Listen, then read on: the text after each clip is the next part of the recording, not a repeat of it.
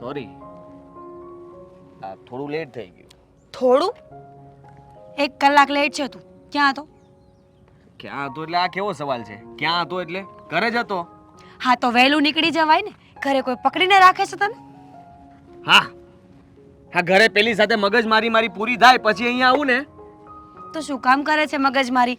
મને તો એ ખબર નથી પડતી કે તમારે બંને એ બનતું નથી તો તું પછી એની સાથે મગજમારી કરે છે શું કામ?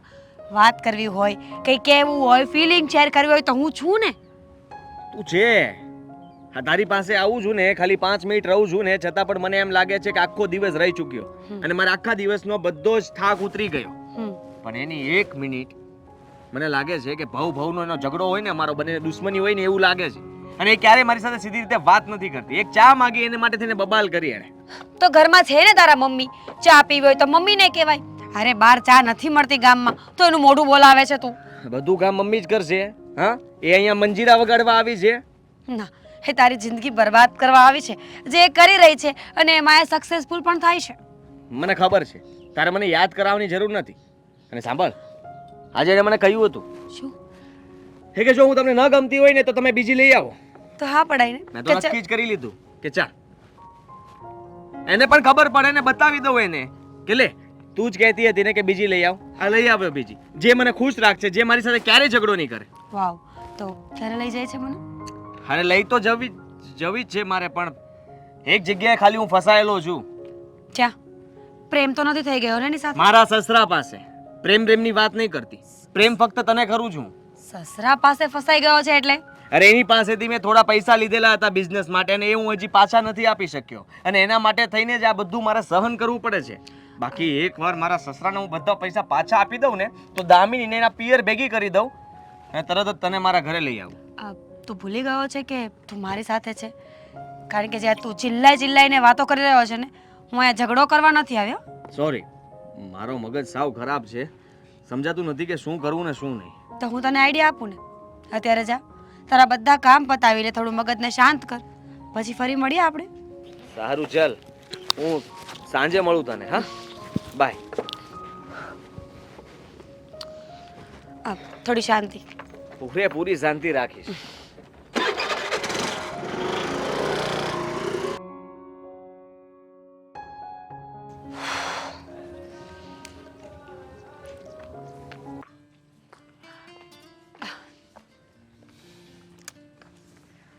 વાહ વાહ વાહ, મને છે ને તારા ઉપર થોડો શક હતો, પણ આ રૂબરૂ વાત કરતા જોઈને શકનું સમાધાન થઈ ગયું. લેવા કે તે બહુ સારી રીતે એની સાથે ટ્યુનિંગ મેળવી લીધું છે. ટ્યુનિંગની તો વાત જ જવા દે. અને આમ પણ દેવેન, હા તો મારો ધંધો છે ને, મને તો બહુ ફાવે આવું બધું કરતા.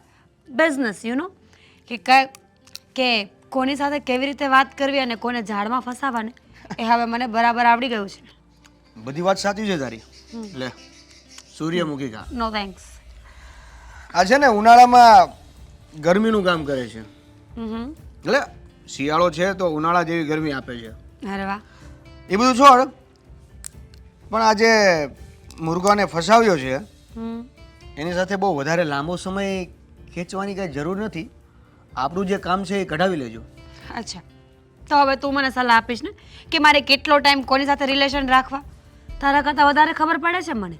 ખોટું એનું ઘર ભાંગે અને એના ઘરે જઈને વાસણ કચરા પોતા કરવાને એવો મને પણ કોઈ શોખ નથી. તો મારી મજબૂરી છે ને કે મારે એની સાથે રિલેશનમાં રહેવું પડે. 1 મિનિટ મેડમ, મારો કહેવાનો મતલબ એવો છે કે એકચ્યુઅલમાં જે કામ કરવા માટે મુર્ગાને ફસાવ્યો છે ને એ જ કામ થવું જોઈએ. એના સિવાયનું ઘણું બધું કામ કદાચ થઈ જાય તો ત્યાં રોક લગાવી દેજો ને. અચ્છા, કેટલો સ્માર્ટ છે નહીં તું? આટલી સ્માર્ટનેસ છે ને તું કોઈ છોકરીને પટાવવામાં રાખ, કોઈ કરોડપતિ બાપની દીકરીને ફસાવ અને ઇન્કમ આવે ને તો મને સારી લાગે તારી સલાહ. પણ અત્યારે આ ફાલતુ સલાહની મારે કોઈ જરૂર નથી.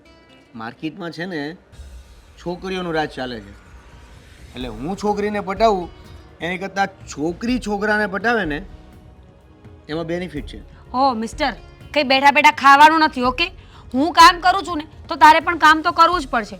તું જલ્દીથી કોઈ સારી એવી છોકરી ફસાવ, પૈસા પડાવે એની પાસેથી. તને ખબર છે ને ભવિષ્યના ઘણા બધા પ્લાનિંગ એવા છે જે પૈસા વાટે અટકી રહ્યા છે. અચ્છા, હા. તને એવું લાગે છે કે બધું કામ તું જ કરે છે. હું અહીંયા બેઠા બેઠા બસ ખાલી તારી રાહ જોઉં છું. શું થયું શું નહીં એ જ પૂછું છું. હા હા તું છે ને ઠંડીમાં ગરમીનો અહેસાસ કરી રહ્યો છે. ફક્ત ને ફક્ત મહેનત તો મારે જ કરવી પડે છે ને. અને મને લાગતું નથી, મને ખબર જ છે. ઓ એક્સક્યુઝ મી, આ બાકીના પાછળના જે પાછા ગોઠવું છું ને એ હું ગોઠવું છું. અચ્છા સમજે છે ઓહ. કે હું એ પણ જોઉં છું કે તું ક્યાંક ફસાઈ ના જાય, અને ફસાઈ જાય તો કેવી રીતે તને બહાર કાઢવી. એટલે તું એકલી મહેનત કરે છે એવું તો ના કહી શકે, બરાબર છે? હા સમજી ગઈ હા. અને મને તો એ નથી સમજાતું કે આ દર વખતે તું આ પરણેલો છોકરો કેમ પટાવે છે ને? એટલે આ ફ્રેશમાં કઈ પ્રોબ્લેમ છે? હા બહુ બધા પ્રોબ્લેમ્સ છે. સમજ મારી વાતને દેવેન. કુંવારો છોકરો હોય ને એ મારી પર તાગડધીન ના કરી શકે. ગમે ત્યારે પણ મારી પર હાવી થઈ શકે ને કે મારી સાથે મેરેજ કરી લે, મને પ્રેમ થઈ ગયો છે, XYZ બ્લા બ્લા બ્લા. પણ એની જગ્યાએ જો પુરુષ પરણેલો હોય અને એમાં પણ ઇજ્જતદાર વ્યક્તિ હોય ને તો એ આવું ના કરી શકે. એને પોતાની ઇજ્જત, પોતાનો પરિવાર, સમાજ બધું વિચારીને ચાલવું પડતું હોય છે. ત્યારે આપણા પાસા જલ્દી કામ કરે. વાહ, હોશિયારી, વાહ. Thank you. ઓકે ચાલો તો હવે આગળનો પ્લાન જે છે એ થોડો સમજી લઈએ, અને એ પ્રમાણે જે આ મુર્ગો ફસાવ્યો છે, શું નામ છે એનું? આદિત્ય. વાહ, આદિત્ય નામ છે, વેરી ગુડ. પણ જેવું નામ છે ને એવા ગુણ નથી. બહુ ભોળો છે બિચારો. નાની નાની વાતનો દિલ પર લઈ લેવાની, જેમ કહીએ એમ નાચ્યા કરવાનું. સાચું કહેવા જવું ને તો બહુ સારો વ્યક્તિ છે. અચ્છા, હા, પણ એમાં એવું છે ને કે આવા ભોળા વ્યક્તિઓ જ્યાં સુધી હશે ને ત્યાં સુધી આપણો ધંધો ચાલતો રહેશે. અને બીજી વાત કે આપણો ધંધો કરવા માટે આવા ભોળા વ્યક્તિઓની જ જરૂર પડશે. રાઈટ. હવે જો એ હોશિયાર બની જશે તો એની પાસેથી આપણે કામ કઈ રીતે કઢાવશું? જો એ હોશિયાર બની જશે ને તો આપણા પેટ પર પેલા લાત લાગશે, આપણો ધંધો એ ચાલુ કરી દેશે. સમજ્યો ને? એ જ તો. ચાલો હવે આ કેવું નામ? આદિત્ય. આદિત્યમાંથી સમથિંગ કેટલો બિઝનેસ થઈ શકે એમ છે? હજુ વધારે વાતચીત નથી થતી એટલે ખબર નહીં, પણ મારો અંદાજો તો 10-12 લાખનો છે. ઓકે પણ ધીમે ધીમે, એક સાથે નહીં. ઓકે, તો આપણે ધીમે ધીમે 10%ની પાર્ટી કરીશું. અત્યારે આપણે કોફી પીવા છીએ. જઈએ. અને પછી મારે ઘરે પણ જવું છે. બા ઘરે એકલા છે ને, અને બા બીમાર છે. લ્યો, તું દર વખતે આ જે બાની બીમારીની વાત કરે છે ને, મને એવું લાગે છે કે આ પૈસા આવશે ને એ સીધા બીમારીમાં જ જતા રહેશે. હા તો તને શું લાગે છે હું મારા જીવનમાં એશમોજ કરવા માટે આ કરી રહી છું? નહીં દેવેન. મારું પહેલું ડ્રીમ છે કે જ્યારે મારી પાસે પૈસા આવશે ને તો પહેલાં હું મારા બાને ઠીક કરીશ, મારું ઘર ઠીક કરીશ, અને પછી હું મારી જિંદગીનું કાંઈ વિચારીશ. અરે હું એ ના નથી પાડતો. ઓબ્વિયસલી યાર, પૈસા આપણી પાસે આવશે તો આપણે પહેલા મમ્મીને જ સરખા કરીશું. પણ વાત એ છે કે અત્યારે હું જ્યારે તને કોફી પીવાની વાત કરું છું તો ખુશીવાળી વાત કર ને. હેપી હેપી આપણે કોફી પીવા જઈએ એ વાત કર ને. હા, એટલું લેક્ચર જાડ્યું ને એટલી વારમાં આપણે કોફી પીવા જતા રહ્યા. ચાલો. ચાલો.